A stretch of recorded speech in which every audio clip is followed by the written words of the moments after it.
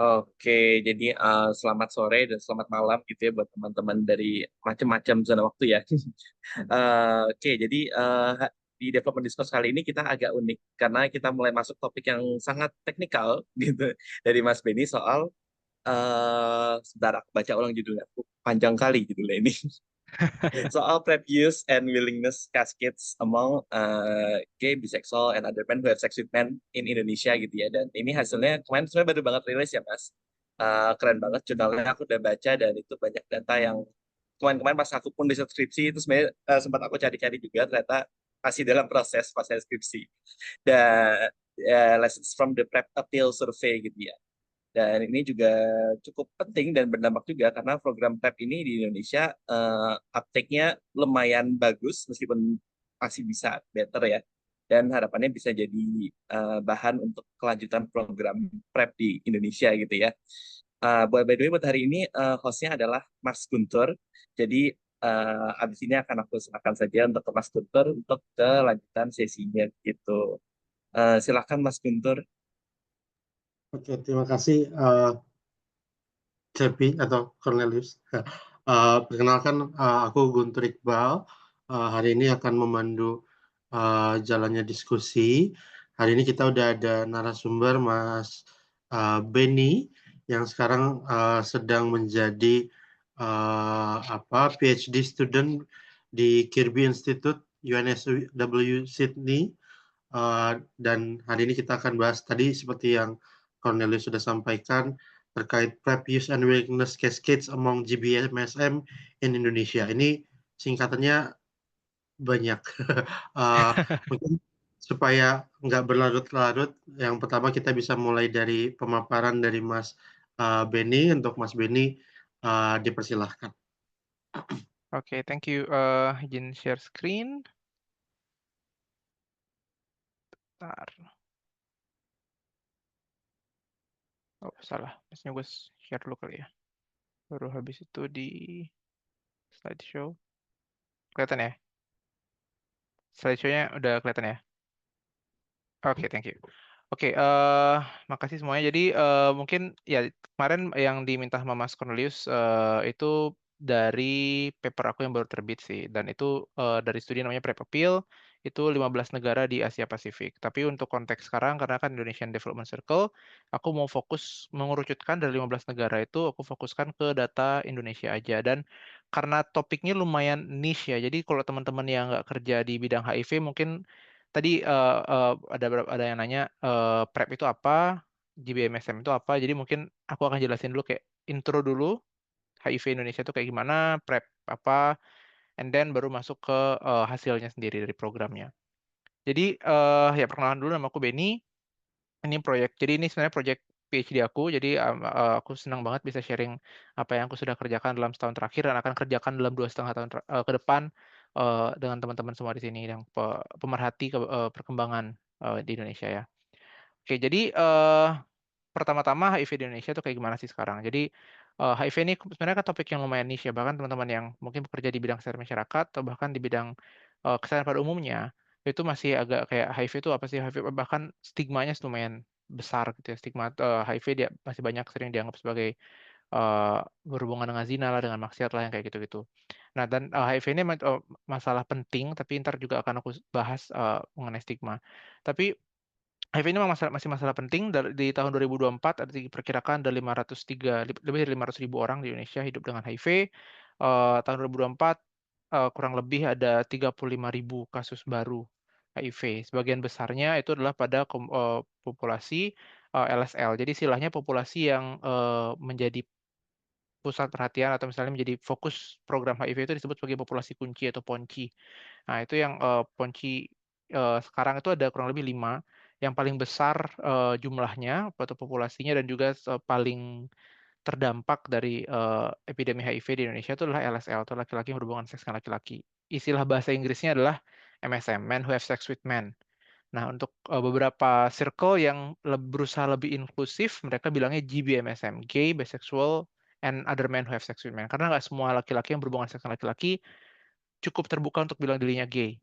Padahal harusnya ya gay atau at least bi gitu kan. Well, they have sex with men gitu kan.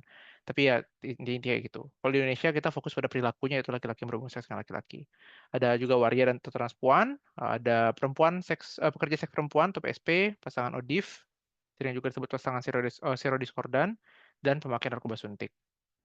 Nah, sekarang itu apa itu PrEP? Tadi kan itu HIV. PrEP ini adalah perkembangan terbaru dari program pencegahan HIV. Dulu mungkin teman-teman ada yang sering dengar dibilang kampanye jangan seks bebas gitu. Habis itu kemudian ada kampanye pakai kondom gitu kan. Ketika berhubungan seks untuk mencegah HIV. PrEP ini adalah yang paling baru, perkembangan baru, dibilangnya biobehavioral intervention. Jadi intervensi biologis sekaligus perilaku. Karena modalitasnya atau produknya yang dipakai itu adalah sebuah obat. Profilaksis prapajanan itulah obat antiretroviral. Jadi obat gitu ya yang diminum dikonsumsi oleh orang yang tidak HIV. Jadi orang sehat minum itu untuk kemudian mencegah terjadinya HIV. Ini terutama berguna untuk orang-orang yang resiko tinggi terpapar HIV. Misalnya pekerja seks yang bisa berhubungan dengan lebih dari satu orang dalam sehari gitu kan. Kadang kliennya nggak mau pakai kondom gitu. Untuk mencegah melindungi diri dari kena HIV, dia bisa minum yang namanya PrEP. Nah, teknologi PrEP ini sendiri sudah lumayan lama sebenarnya, Indonesia aja yang baru pakai. Jadi guideline WHO tentang PrEP itu sudah terbit sejak 2014. Jadi udah 11 tahun lalu. Dan sekarang itu sudah ada 4 jenis, empat jenis PrEP yang sudah ada. Yang paling sering kita temukan adalah PrEP oral atau PrEP minum, jadi bentuknya tablet, diminum sekali sehari atau beberapa hari sebelum dan setelah berhubungan seks berisiko. Itu PrEP oral. Habis itu ada yang namanya Daprivin vaginal ring. Jadi dia ini kayak donat ini, itu dimasukin ke dalam liang vagina, dan itu bisa mencegah penularan HIV juga. Ada juga sekarang PrEP injeksi long acting. Jadi efeknya jangka panjang, 2 bulan, namanya susah nyebutnya Kabutagevir. Nah, itu dia disuntik 2 bulan sekali menjaga HIV. Ada yang super long acting, lenacapavir. Nah, itu disuntik 6 bulan sekali dia bisa mencegah HIV. Jadi itu ada jenis-jenis PrEP. Di Indonesia sendiri yang baru ada itu ada 2. Jadi ada PrEP oral dan ada 2 regimen. Jadi yang diminum setiap hari dan yang diminum beberapa hari sebelum dan sesudah berhubungan seks berisiko gitu. Nah, jadi sejarahnya PrEP di Indonesia itu sebenarnya sudah lumayan lama. Jadi dia PrEP yang tadi saya bilang itu PrEP oral itu sudah lolos BPOM, itu sudah lama dari tahun 2015 kalau nggak salah, itu sudah register BPOM tapi tidak bisa diperjualbelikan bebas. Jadi sebelum 2022 orang yang berisiko tinggi itu biasanya bisa beli perorangan, impor perorangan ke Thailand. Di Thailand dijual bebas, mereka ke Thailand dekat karena dari Indonesia nggak terlalu mahal tiket pesawatnya, mereka beli di sana, dibawa ke Indonesia dan dipakai di Indonesia. Nah, pada tahun 2022, Indonesia akhirnya menerapkan program percontohan PrEP dengan dukungan Global Fund. Jadi pendanaannya itu datang dari lembaga luar negeri ya, Global Fund. Dan itu dipercontohkan di 60 vaskes kebanyakan di kota besar. Jadi 60, sorry, suara gue hilang ya. Aman kok Mas, masih masuk Aman ya? Oke, thank you. Mas. Jadi pada 2022 itu dipercontohkan di 60 layanan di beberapa kota besar, khususnya di puskesmas. Ada puskesmas, ada rumah sakit, ada juga yang klinik swasta yang friendly komunitas. Jadi klinik swasta yang emang klinik HIV gitu. Nah, pada program percontohannya berakhir tahun 2023, tahun 2024 dia menjadi kemudian program nasional. Jadi diperluas. Jadi makin lebih banyak layanan. Sekarang semua layanan puskesmas atau rumah sakit yang menyediakan obat HIV atau ARV, antiretroviral, itu juga menyediakan PrEP. Habis itu mulai ada namanya layanan berbasis komunitas. Sekarang ada namanya drop-in center. Jadi LSM yang tadinya menjadi koordinator outreach worker atau penjangkau, itu juga sudah ada program bisa orang ngambil PrEP di sana gitu ya. Nah, tapi dari program percontohan itu tadi, dan walaupun sudah selesai program percontohannya nih, sudah menjadi kebijakan nasional, masuk program nasional, masih ada banyak research gap. biasa orang Indonesia programnya dikerjain, ada lesson learned-nya, tapi nggak ditulis. Jadi itu menjadi kalau kalau di mungkin di dunia kerja istilahnya corporate knowledge gitu ya. Knowledge itu cuma disimpan sama orang yang pegang programnya, mengerjakan programnya. Kalau orangnya dimutasi, knowledge-nya hilang. Nah, kayak gitu. Nah, research karena nggak dipublikasikan, banyak yang tidak ditulis dan tidak dipublikasikan. Ada beberapa teman yang sedang publikasikan, tapi tetap banyak yang belum terjawab, yaitu luaran programnya gimana sih? Mulai dari berapa yang kesadaran, berapa orang tadi populasi kunci tadi yang sudah tahu tentang PrEP, berapa yang pingin pakai PrEP itu belum ketahuan, demand-nya belum ketahuan. Eh, berapa proporsi yang sudah dari yang pernah dengar PrEP, berapa yang sudah pakai PrEP seumur hidup sekali aja. Dari berapa yang sudah pakai PrEP, berapa yang masih pakai PrEP. Nah, itu sebenarnya indikator dari keberhasilan program dan itu ada dalam technical guideline. Jadi dalam apa sih petunjuk teknis pelaksanaan program PrEP-nya itu ada, tapi pelaporannya karena ini program baru mungkin ya. Dan untuk program HIV itu kan harusnya laporan 3 bulan sekali. Quarterly itu ada reportnya. Aku belum lihat sih yang report 2024 ini belum aku lihat, tapi report per 2023 Desember itu belum ada. Karena mungkin masih program percontohan ya, but we'll see. Intinya ini seharusnya sudah ada, tapi karena sampai sekarang belum keluar reportnya, kita belum tahu. Dan yang lebih penting lagi, ketika kemudian keluar programnya, eh, keluar laporan hasil programnya, itu apa sih faktor-faktor yang mempengaruhi hasilnya kok bisa seperti itu gitu ya. Yang aku tahu dari preliminary report programnya itu, dan ada satu publikasi yang sudah dipublikasikan dari tim technical assistance programnya dari Unpad, itu sebenarnya kita sudah tahu bahwa pemakaian tinggi tapi retensi rendah. Jadi banyak yang pakai dalam 2 tahun berhasil merekrut 9.000 orang pengguna PrEP, tapi kalau nggak salah kurang dari 50% bertahan sampai 12 bulan penggunaan. Padahal itu harusnya diminum tiap hari gitu kan. Itu apa sih yang mempengaruhi seperti itu? Apakah ada faktor dari strategi dari programnya sendiri, teknis implementasi programnya? Apakah ada faktor-faktor struktural, apakah norma sosial, stigma, kebijakan, budaya kerja atau apa hal lainnya yang mempengaruhi itu? Apakah ada faktor-faktor individual, apakah dari usernya sendiri yang emang tidak terlalu suka PrEP atau nggak mau minum obat atau apa, itu banyak yang belum digali gitu ya. Jadi programnya masih banyak yang kita belum tahu apa yang kita bisa lakukan untuk menyempurnakan program ini ke depannya untuk semakin impactful gitu kan. Nah, di sini masuk penelitian disertasi saya, penelitian PhD saya, di mana jadi berusaha menjawab research gap tadi gitu ya. Sorry. Apa yang dilakukan itu adalah kita mengevaluasi dengan menggunakan kerangka teori implementation science untuk kita mencari tahu outcome programnya dan apa yang mempengaruhinya. Jadi acceptability-nya kah, appropriateness-nya kah, fidelity-nya sesuai nggak dengan technical guideline, dan itu kemudian gitu. mempengaruhi Dan itu penggunaan barang dan retensi penggunaan PrEP gitu ya. Yang digunakan tuh ada beberapa sumber data APMIS, PrEP Appeal, ini yang akan dibahas dalam kesempatan sekarang ini, dua ini.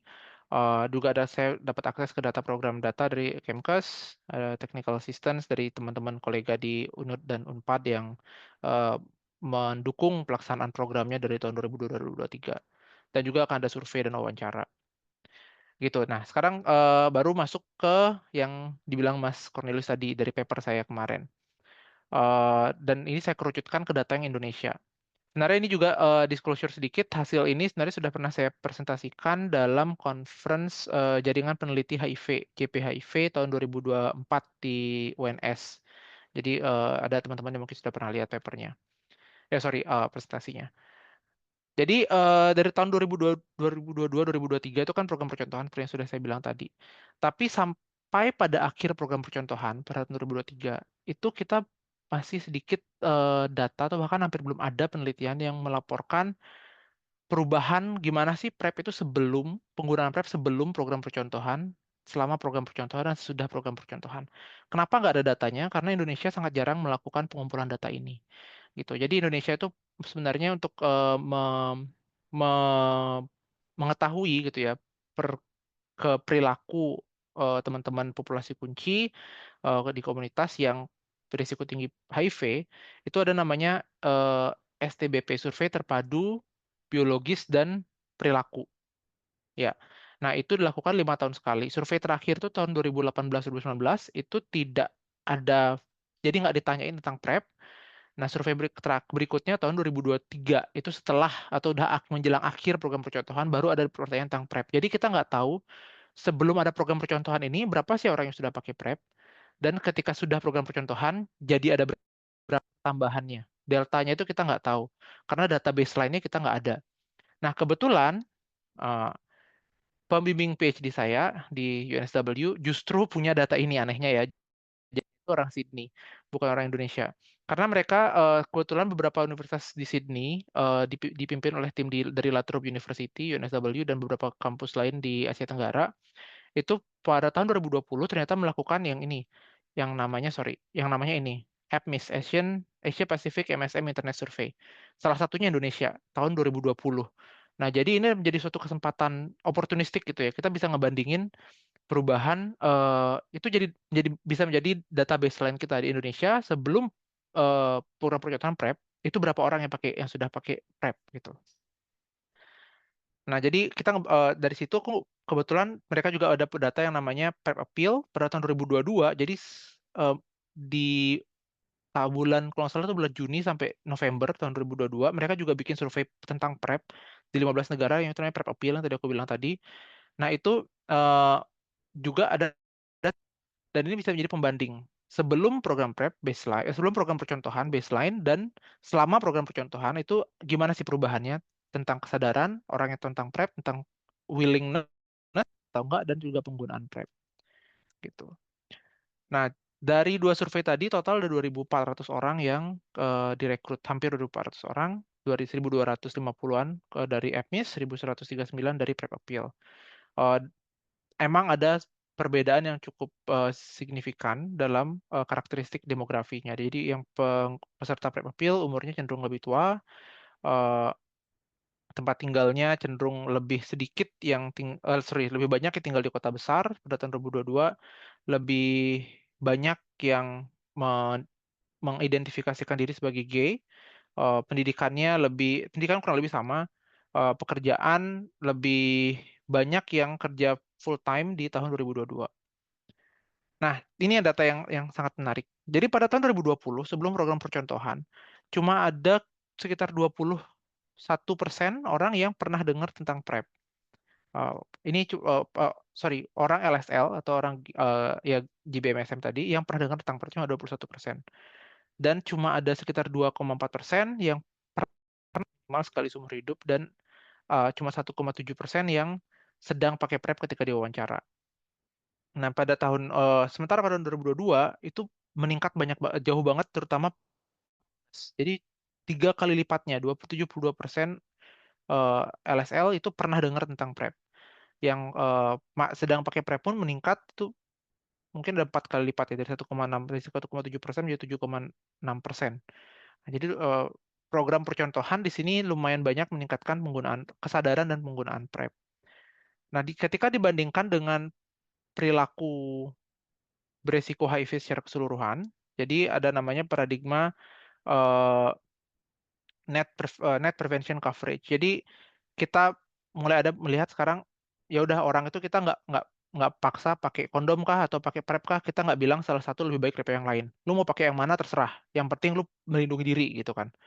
Nah, jadi kita bisa klasifikasikan seperti ini.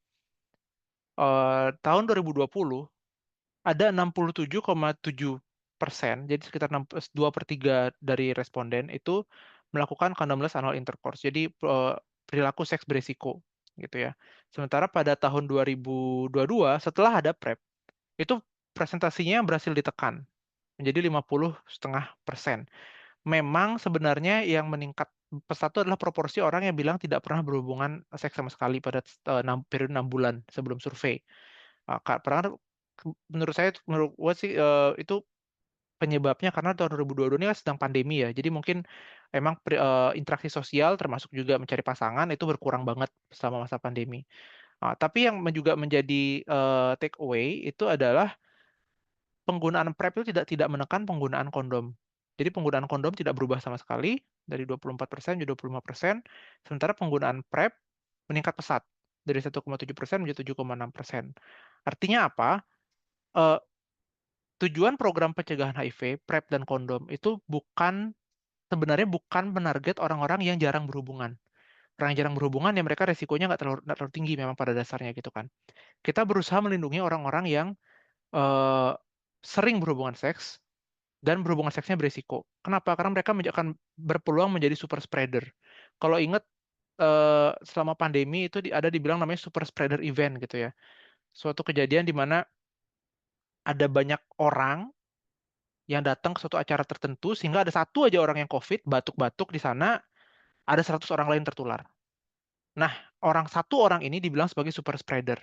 Nah, itulah yang kita berusaha cegah di HIV. Itulah gunanya PrEP gitu ya. Jadi kalau ada satu orang yang dia sering banget berhubungan seks setiap hari atau bahkan berapa kali sehari, dan dia tidak pakai PrEP dan kemudian dia nggak pakai kondom dan dia kemudian HIV karena dia nggak melindungi diri dan dia tetap melakukan perilakunya itu karena ada periode kalau teman-teman tahu tentang HIV itu ada sekitar bisa sampai 2 sampai 5 tahun dia nggak bergejala sama sekali, jadi orangnya nggak tahu juga bahwa dia HIV, itu yang akan menjadi super spreader.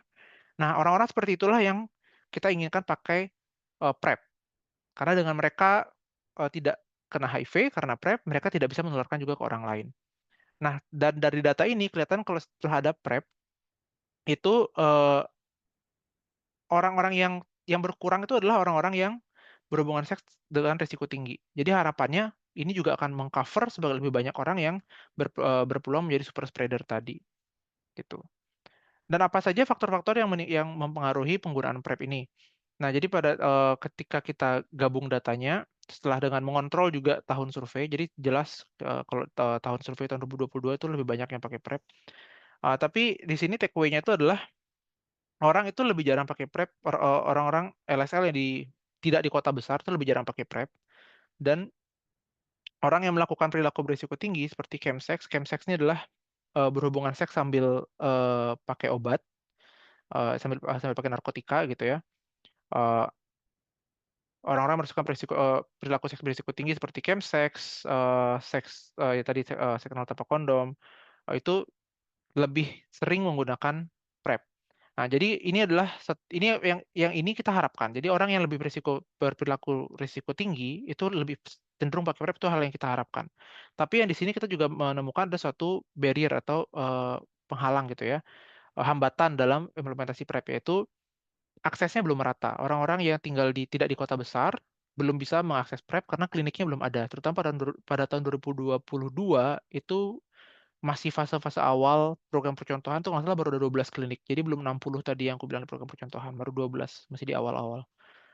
Nah, jadi dari data ini kita bisa simpulkan bahwa awareness building-nya cukup berhasil. Kita lihat tadi ada peningkatan 3 kali lipat dari jumlah orang yang pernah dengar tentang PrEP. Ada indikasi juga bahwa penggunaan PrEP tadi meningkatkan cakupan pencegahan HIV yang berdampingan dengan kondom. Jadi dia nggak membuat orang berhenti pakai kondom gitu ya. Dan juga tapi masih ada hambatan akses, terutama di luar kota besar, dan kita harus terus meningkatkan akses. Apa saja tantangannya ke depan? Akses tadi itu sebenarnya lumayan kompleks, tidak cuma tentang ada klinik atau enggak, tapi juga bagaimana layanan di klinik, yaitu stigma. Kalau misalnya yang sering dengar tentang layanan HIV itu adalah orangnya malas ke klinik, baik untuk periksa HIV maupun untuk ngambil layanan, itu adalah karena nakesnya tidak friendly. Mereka ngejudge atau mungkin microaggression ya, jadi tidak terang-terangan bilang bahwa kayak menolak pasien, tapi kayak microaggression. Bisa salah satu bentuknya adalah moralisasi kesehatan, ngasih obat tapi dia bilang udah Bu, Pak jangan pakai ini lagi lah, tobat lah kayak gitu misalnya. Itu kan microaggression. Dan juga banyak nakes yang sebenarnya juga ragu-ragu memberikan layanan ini karena mereka merasa ngasih PrEP itu seperti mendukung zina gitu ya. Nah, yang itu dari segi norma dan sosial ya. Yang berikutnya itu adalah ada kesulitan pendanaan. Seperti yang kita tahu, Amerika kan sekarang ke arahnya ke isolationism. Sementara program HIV seluruh dunia, nggak cuma Indonesia, itu banyak banget tergantung sama pendanaan luar negeri. Di Indonesia khususnya sangat tergantung pendanaan luar negeri. Indonesia program HIV-nya itu banyak banget didanai oleh eh, Global Fund, UNAIDS dan USAID. USAID udah hilang. Jadi kemarin waktu Trump close PEPFAR sama USAID, itu ada banyak banget temanku di Jakarta, ada namanya program EPIC, itu langsung tutup. Selain itu, Global Fund dan UNAIDS, dua lembaga besar lain yang membantu mendanai program HIV di Indonesia, itu sekitar 50% pendanaan dari Amerika, dari USA. Nah, jadi dan mereka belum hilang. Kenapa? Karena mereka ada siklus pendanaan 3 tahunan dan 5 tahunan. Jadi untuk siklus pendanaan sekarang mereka masih secure karena itu ada treaty. Amerika nggak itu Amerika hutang jadinya kan. Mereka punya piutang ke Amerika. Eh, jadi akan pasti didanai sampai periode pendanaannya selesai. Tapi pada periode pendanaan berikutnya, kalau nggak salah Global Fund periode pendanaan berikutnya, konferensi pendanaan berikutnya itu tahun 2026. Nah, itu negosiasinya akan dimulai lagi, siapa aja yang akan mendanai, nggak cuma Amerika, biasanya yang datang itu juga negara-negara Uni Eropa, bahkan funder-funder swasta besar seperti Gates Foundation, Wellcome Trust, itu juga kadang ikut mendanai. Nah, itu mereka akan negosiasi berapa akan yang bisa didanai. Nah, kalau mereka pendanaannya berkurang, maka mereka juga akan berkurang kapasitasnya untuk mendanai program-program negara berkembang, salah satunya Indonesia. Sementara pendanaan internal dari Kemkes sendiri terhalang berapa hal. Satu, eh, ya sekarang kita tahu efisiensi, artinya pemerintah juga ngekat banyak banget funding dari berbagai program yang dianggap tidak strategis, tidak sesuai dengan alignment arah kebijakannya pemerintah sekarang gitu kan. Dan sementara itu juga pendanaan ke bidang HIV ini memang secara politis susah gitu ya, karena Indonesia masih sangat homofobik, jadi pendanaan ke program yang dianggap tidak tidak moral gitu ya kan, HIV masih stigma, balik lagi ke stigmanya sangat keras, tidak cuma pada layanan tapi juga pada pemangku kepentingan dan pembuat kebijakan, sehingga pendanaannya juga sulit untuk pendanaan domestik. Tapi ini yang sedang diadvokasikan, tentu saja terus-terusan diadvokasikan oleh teman-teman yang bekerja di bidang ini. Jadi mungkin itu, terima kasih saya ucapkan untuk teman-teman yang membantu, kolega-kolega yang menyediakan datanya untuk saya kelola untuk disertasi saya. Dan saya kembalikan ke Mas, sorry siapa tadi namanya lupa, Guntur, Pintur, Mas Mas. Guntur. Ya. Thank you. Ya, terima kasih Mas Beni atas pemaparannya. Ini cukup ini sangat memberikan gambaran ya terhadap kondisi penggunaan PrEP di Indonesia. Teman-teman kalau misalnya mau baca lebih lanjut, ini papernya publik kan ya Mas ya? Yang PPT ini enggak, tapi kalau yang PPT-nya kemarin ada aku share di LinkedIn-ku sih. Jadi kalau mau lihat versi bahasa Indonesia-nya, papernya sendiri yang untuk 15 negara publik. Itu open access kalau nggak salah. Oke. Jadi teman-teman bisa baca lebih lanjut kalau misalnya ya mau tahu lebih lanjut gitu ya. Cuman kita mungkin langsung lanjut aja dari teman-teman, apakah ada pertanyaan atau diskusi yang mau disampaikan terkait apa yang sudah disampaikan oleh Mas Beni tadi. Kalau belum, mungkin aku duluan nih Mas Beni nanyanya. Silakan Mas. Aku baru sekilas juga gitu ya lihat lihat paper yang 15 negaranya. Cuman tadi kan Mas Beni di paparannya sempat sampaikan terkait hal-hal yang mendukung atau hal-hal yang mungkin berkorelasi dengan penggunaan PrEP begitu ya. Nah, di sini sebenarnya lebih banyak kalau di papernya. Cuman aku tertarik Ya. kalau misalnya kalau kita lihat dari aspek pendidikan, pendidikan apakah dia mengenyam pendidikan tinggi atau enggak, sama sama frekuensi dia, bukan frekuensi mungkin ya, kayak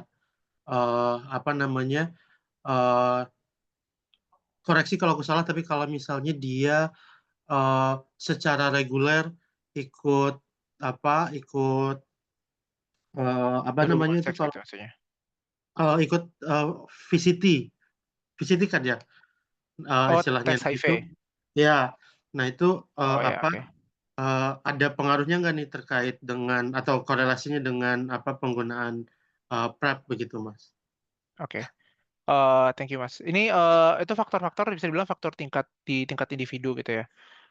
Jadi untuk VCT sendiri itu jelas kalau makin sering orang itu tes HIV akan jauh lebih besar kemungkinannya orang itu akan pakai PrEP. Kenapa? Karena itu alur programnya seperti itu.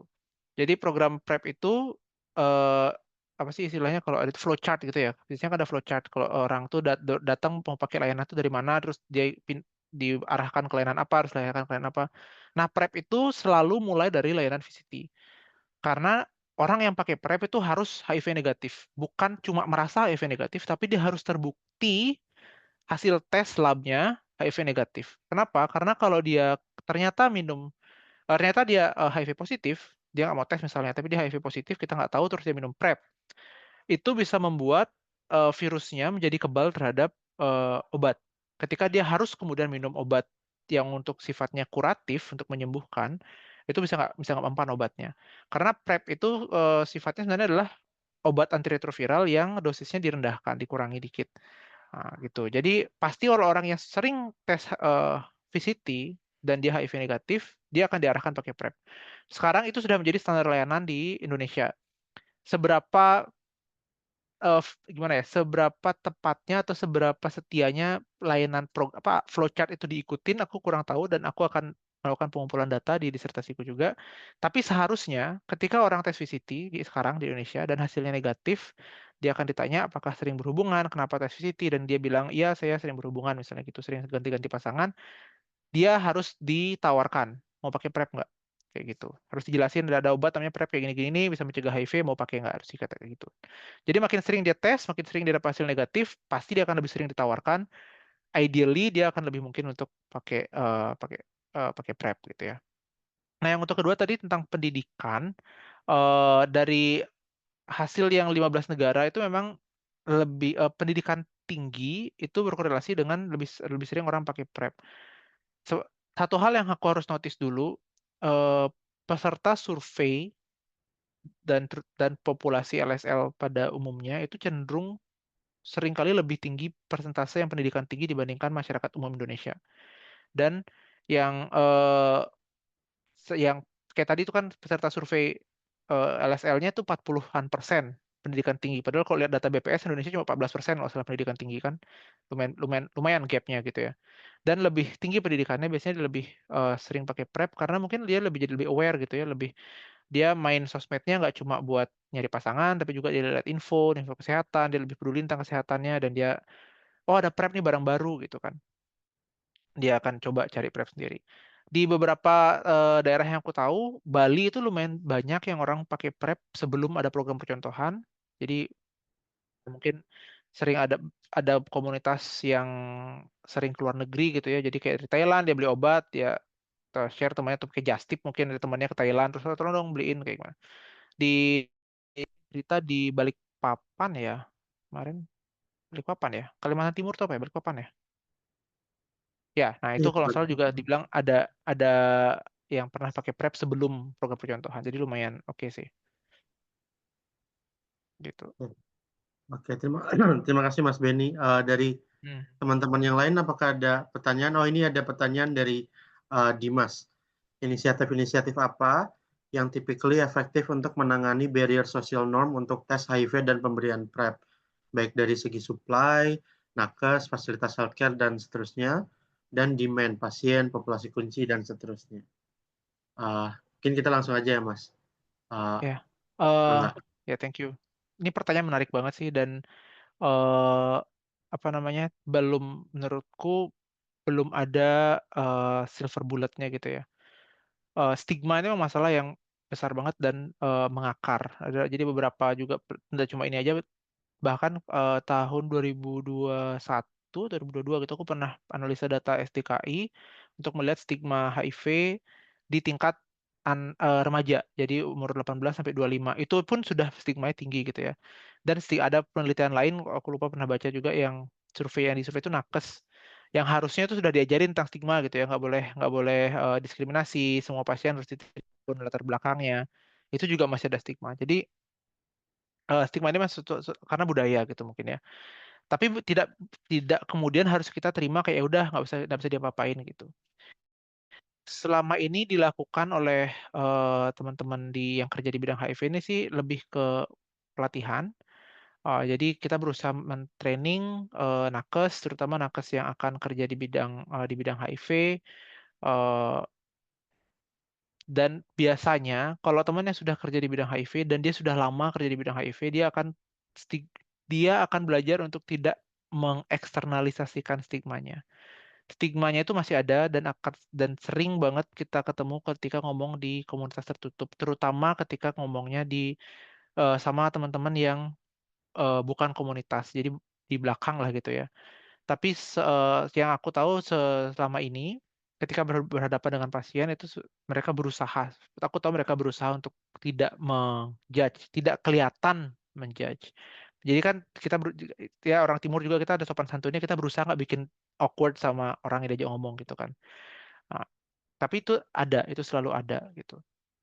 Nah, gimana caranya untuk yang efektif di luar negeri pun dari literatur yang aku baca di luar Indonesia pun itu beberapa inisiatif yang dilakukan tuh biasanya antara carrot and stick gitu ya. Ada hukuman untuk yang kalau dilaporkan gitu. Jadi ada ombudsman biasanya. Kalau di Australia, aku kuliah di Australia itu perlindungan terhadap anti diskriminasi sangat kuat. Jadi orang tuh bisa lapor. Kalau misalnya dia merasa mendapat perlakuan yang tidak baik karena salah satunya identitas gender dan orientasi seksual. Itu bisa lapor dan itu sangat punishable gitu. Nah, di Indonesia sayang itu kan belum ada. Yang kita lakukan itu selama ini cuma pelatihan-pelatihan. Dan ya pelatihan juga dilakukan di luar negeri, tapi tanpa sticknya tadi, itu sangat susah untuk gimana ya, nyetir perilaku itu kan harus ada reward dan punishment-nya. Punishment-nya nggak ada. Nah, itu masalahnya. Nah, jadi itu yang masih menjadi ini kita apa namanya? PR kita gitu lah ya. Yang itu menjawab nggak pertanyaannya Mas Dimas?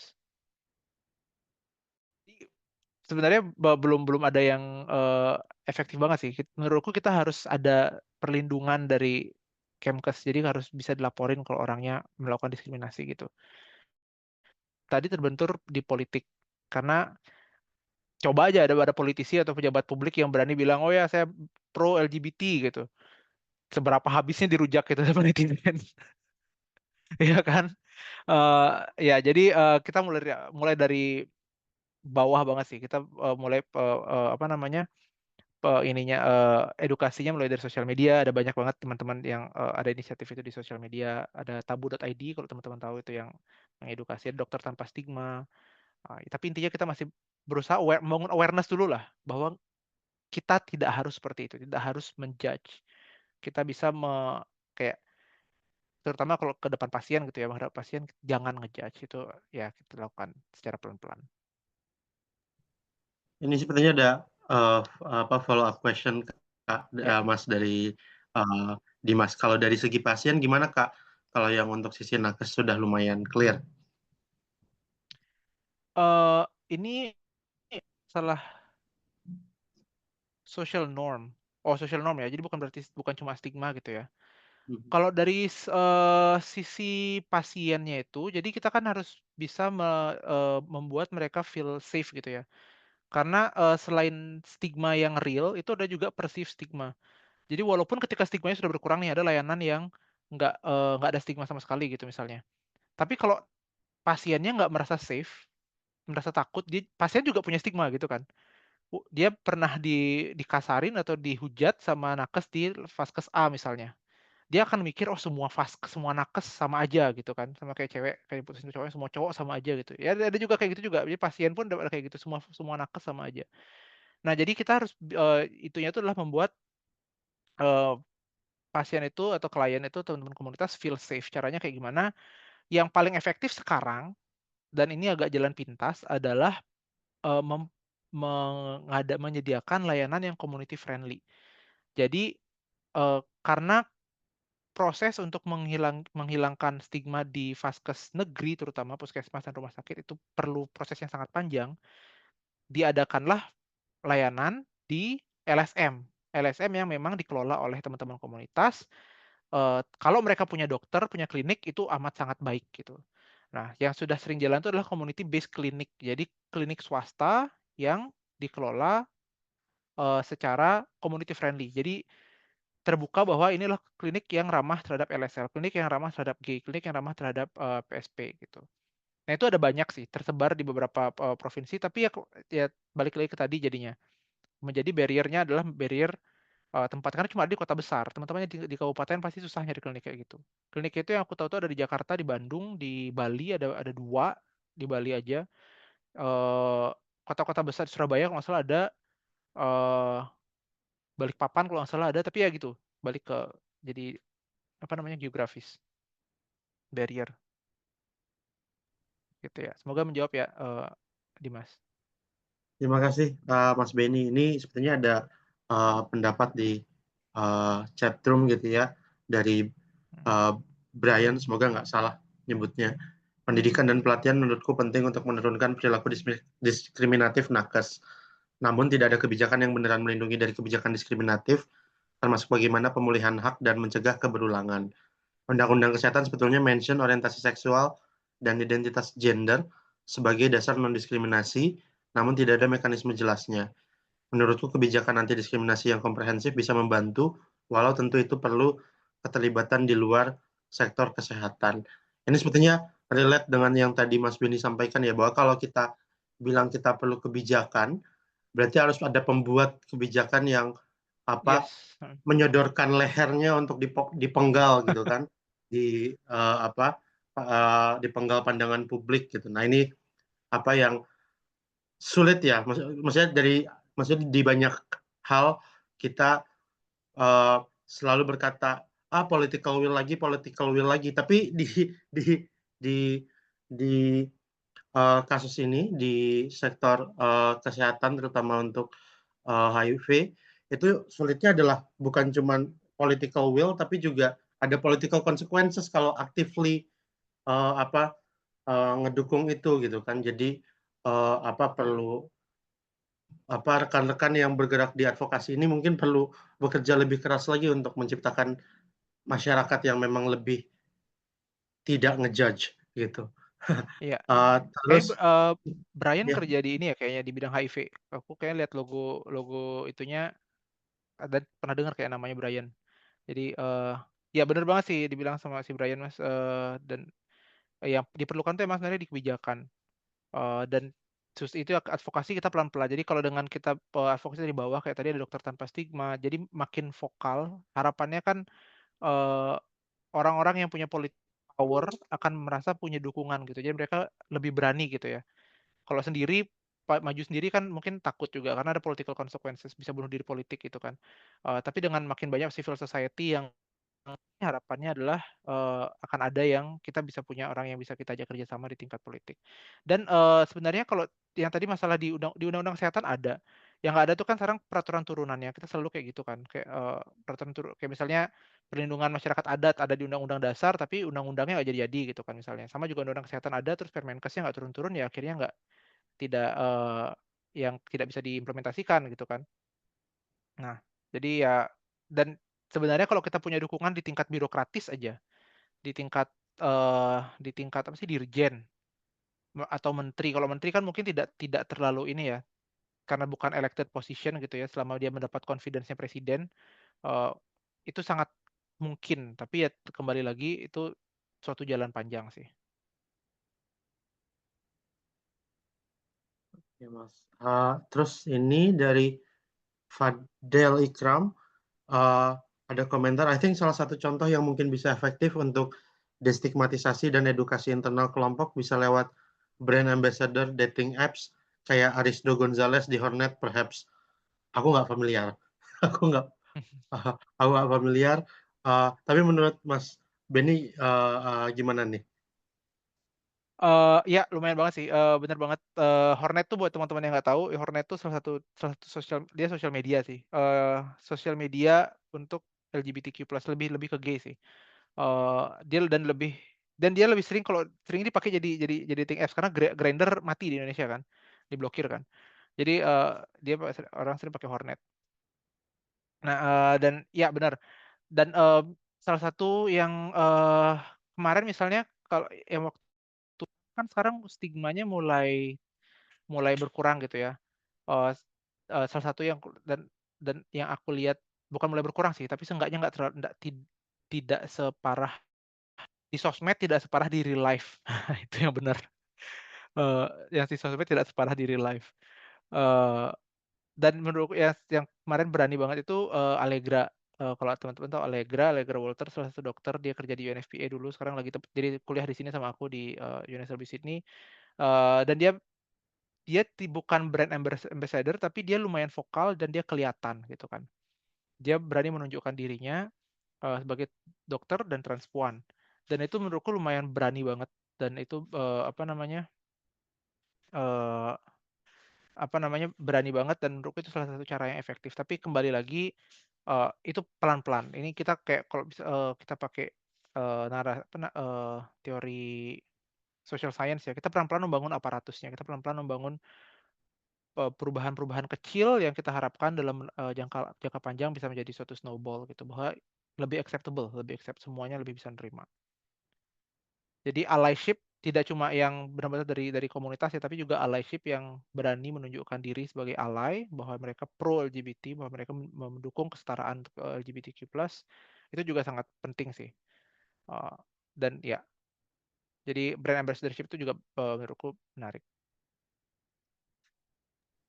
Nah, ini ada komentar lagi dari Brian, PMK Cash Pro 2025 ini juga sebenarnya aku sambil buka juga nih, Permenkes nomor 2 tahun 2025 ya. Malahan jelek di bagian tertentu, menyebut disfungsi orientasi seksual yang perlu dicegah, dikuratif dan direhabilitasi. Ini kalau aku periksa itu pasal 52 disebutnya upaya kesehatan seksual ditujukan agar setiap orang dapat menjalani kehidupan seksual yang sehat meliputi titik 2 salah satunya terbebas dari disfungsi dan gangguan orientasi seksual. Jadi pengkategoriannya sudah disebutkan sebagai disfungsi dan gangguan. Meskipun ya nggak tahu ya, tapi apa penggunaan disfungsi dan gangguan ini kan ada seperti ada kayak moral termnya buat Yes. menyampaikan orientasi seksualnya begitu ya Mas Beni ya. Ini Iya. gimana nih? Itu Permenkes itu dari judul aja udah salah menurut aku. Di semua negara, bukan di semua negara ya, kita nggak usah berkiblat ke negara manapun, tapi dari segi keilmuan kesehatan masyarakat, termnya itu udah bukan kesehatan reproduksi, kesehatan seksual. Kita harus akui orang itu berhubungan seks tidak cuma untuk reproduksi. Bahkan suami istri pun berhubungan seks tidak selalu untuk bikin anak gitu loh. Karena kesehatan reproduksi itu secara terminologi itu kan loaded, mengimplikasikan bahwa seks sama dengan reproduksi, seks sama dengan punya anak. Padahal kan tidak begitu. Indonesia adalah negara kontradiksi ya. Jadi kita perilakunya kayak mana, tapi kita pinginnya melihat diri kayak mana gitu kan. Eh, ya kita pinginnya melihat diri sebagai orang alim. Padahal perilakunya ya kita tahu, semua orang tahu bahwa hubungan seks rekreasi itu di masyarakat kita amat sangat sering, seks di luar nikah amat sangat sering. Eh, Dan ya kita harus akui gitu loh. Harus akui realita itu dalam kebijakan kita. Dari awal aja judulnya itu harusnya Permenkes Kesehatan Seksual harusnya. Eh, nah habis itu dari pasal-pasal turunannya dari judulnya aja udah problematis gitu kan. Apalagi pasal-pasal isiannya. Eh, Salah satunya ya tadi itu karena dari relasi kuasa ya. Jadi aparatus atau struktur-struktur yang membentuk kebijakan kesehatan kita itu kan yang sangat kuat itu adalah eh, di pihak ekspertis biomedis, dokter terutama kan. Sampai sekarang pun itu masih banyak dokter yang nggak ikhlas menteri kesehatannya bukan dokter. Nah, dari habis itu juga eh, norma.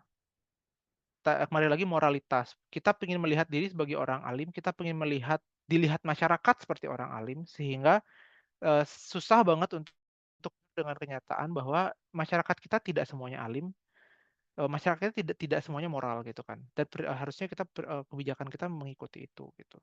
Jadi itu benar banget yang dibilang Brian itu bermasalah banget sih. Karena dari kebijakan itu aja artinya sudah menganggap orang-orang teman-teman LGBTQ+ itu disfungsi gitu kan. Padahal kan mereka berfungsi baik-baik aja, mereka bersosial, mereka kerja, mereka apa, semuanya baik-baik saja. Eh, Tidak ada terapi kuratif, dan bahkan LGBTQ+ sudah tidak masuk sebagai diagnosis dalam DSM-5, standar standar diagnostik gangguan kejiwaan internasional tuh dia nggak masuk udah. Karena mereka berfungsi gitu kan, berfungsi dengan baik, nggak ada daya fungsi gitu. Jadi ya PR-nya banyak sih di space ini. Ya, Kita akan ini susah membuat kebijakan yang efektif kalau kita nggak mengakui keadaannya kayak apa gitu loh. susah untuk menekan ke atas, tapi ya seperti yang tadi Mas Benny sampaikan memang harus pelan-pelan. Ya. Karena nggak ada jalan lagi mungkin ya. Dari Fadel juga tadi menambahkan mungkin yang akan jadi tantangan justru lebih di penderita atau kelompok rentan di luar populasi kunci. Ini tadi kan ada kelompoknya ya Mas Benny. Kira-kira ada kelompok signifikan di luar populasi kunci nggak yang mungkin neglected gitu selama ini di dalam uh, pencegahan atau ya pencegahan HIV. Eh, sebenarnya kalau dari populasi kunci itu yang paling yang tadi di list itu sih yang paling apa namanya paling impacted gitu ya. Mungkin Fadal ada kelompok di luar populasi kunci lain yang aku miss.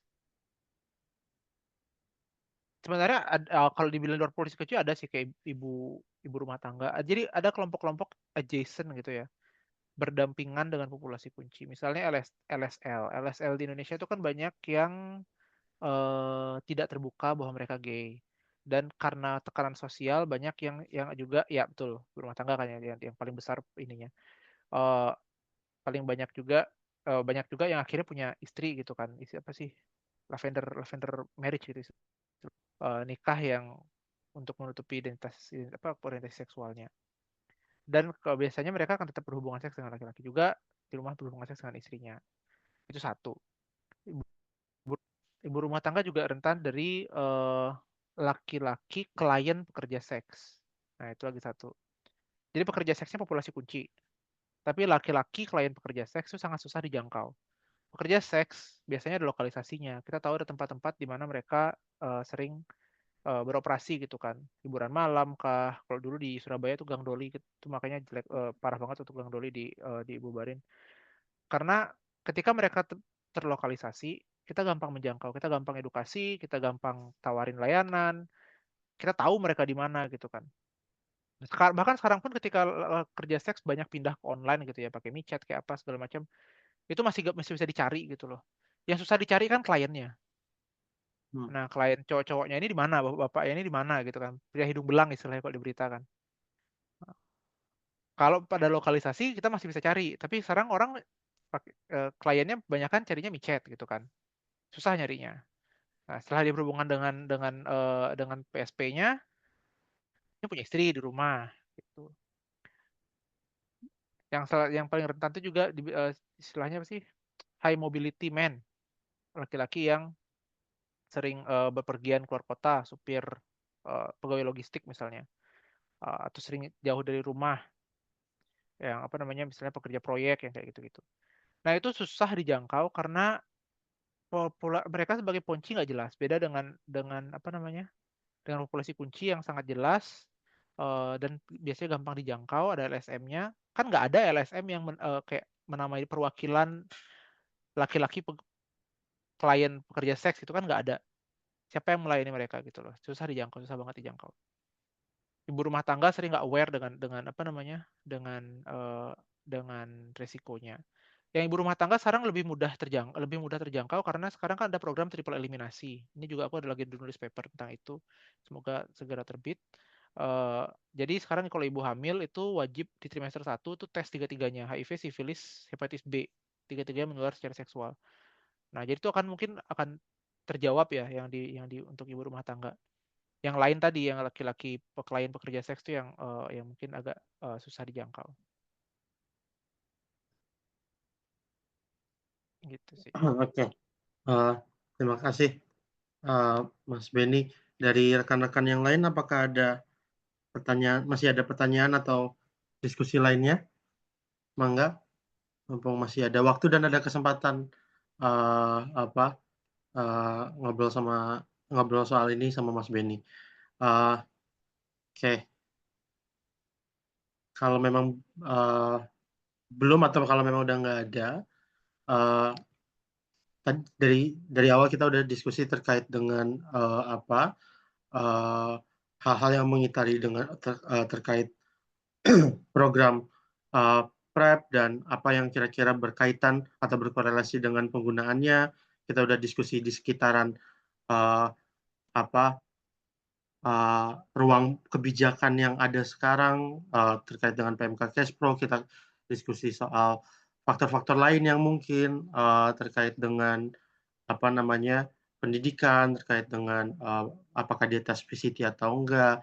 Lalu juga kita bicara soal bagaimana menghadapi barrier social norm tadi. Mungkin dari Mas Beni apakah ada tambahan atau kalau memang nggak ada rekan-rekan yang bertanya lagi, penutup untuk diskusi kita hari ini? Ya, makasih. Aku senang banget bisa sharing apa yang aku kerjain, dan terutama pada teman-teman yang mungkin tidak bekerja di bubble-nya space HIV gitu ya. Kan kayak mungkin teman-teman ada banyak juga yang dari space development lain gitu. Tapi mungkin yang takeaway yang mungkin kalau PrEP terlalu niche, tapi yang takeaway yang aku ingin sampaikan adalah GEDSI itu penting.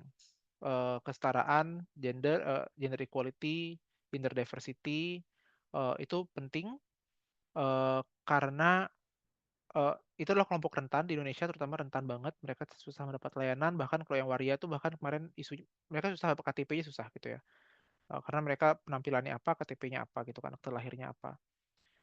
Nah, jadi tolong ketika mengembangkan kebijakan yang di semua bidang, di bidang-bidang lain bahkan di luar kesehatan, untuk tetap ada wawasan GEDSI ini tetap ada bahwa aware sama kelompok-kelompok rentan, khususnya kelompok salah satunya adalah kelompok gender diverse dan sex orientation diverse.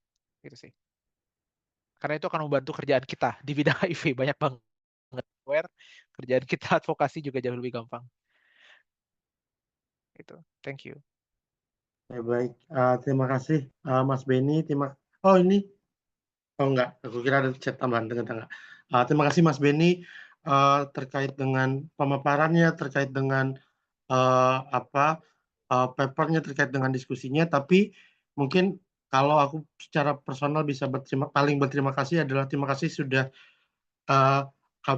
secara karir gitu ya, punya interest kepada hal-hal yang sepertinya memang perlu dilakukan, karena kalau enggak siapa lagi yang melakukan, dan ada di space yang cukup neglected terutama untuk di Indonesia saat ini gitu. Karena terutama di karir-karir yang berkaitan dengan pembangunan, mau itu pembangunan fisik, mau itu pembangunan manusia, sepertinya perlu lebih banyak orang yang punya perhatian ke hal-hal yang dia neglected, karena impact personal seseorang di space yang neglected ini bisa lebih besar dibandingkan opsi-opsi bahkan di bidang kesehatan yang sama yang mungkin lebih lukratif financially gitu ya. Jadi aku personally terima kasih ke Mas Beni untuk vokasinya gitu. Semoga kita bisa diskusi dan bisa ketemu di kesempatan lain lebih dalam lagi terkait dengan ini atau terkait dengan hal lainnya. Kalau gitu kita sudahi pertemuan hari ini. Selamat malam semuanya. Selamat malam semuanya. Makasih Mas Beni.